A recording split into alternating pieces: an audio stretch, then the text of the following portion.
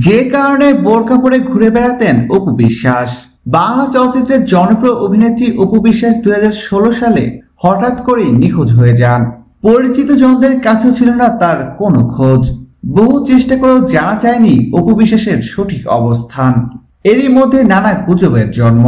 অবশেষে সকল জল্পনার অবসান ঘটিয়ে দীর্ঘ 8 মাস পর দেশে ফিরেছেন অপু বিশ্বাস। দেশে ফিরলেও নিজেকে লুকাতে বোরকা পরে ঘুরে বেড়াতেন তিনি। এ সম্পর্কে তিনি বলেন, সকালে ঘুম থেকে উঠেই পার্কে হাঁটতে যাই, তারপর জিম করি, নিজেকে তৈরি করেছি বলতে পারেন। তবে আমি সবসময় বোরকা পরে বের হই। তিনি আরো বলেন, শুধু তাই নয়, বোরকা পরা অবস্থায় আমি বেশ কয়েকজন পরিচিত মানুষের সামনেও গিয়েছি, কিন্তু তারা কেউ আমাকে চিনতে পারেননি।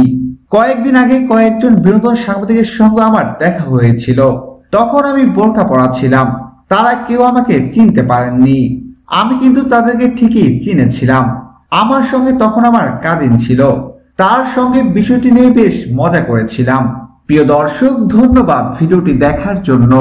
নিত্য নতুন এক্সক্লুসিভ সব খবর পেতে এখনই সাবস্ক্রাইব করুন HD Waves।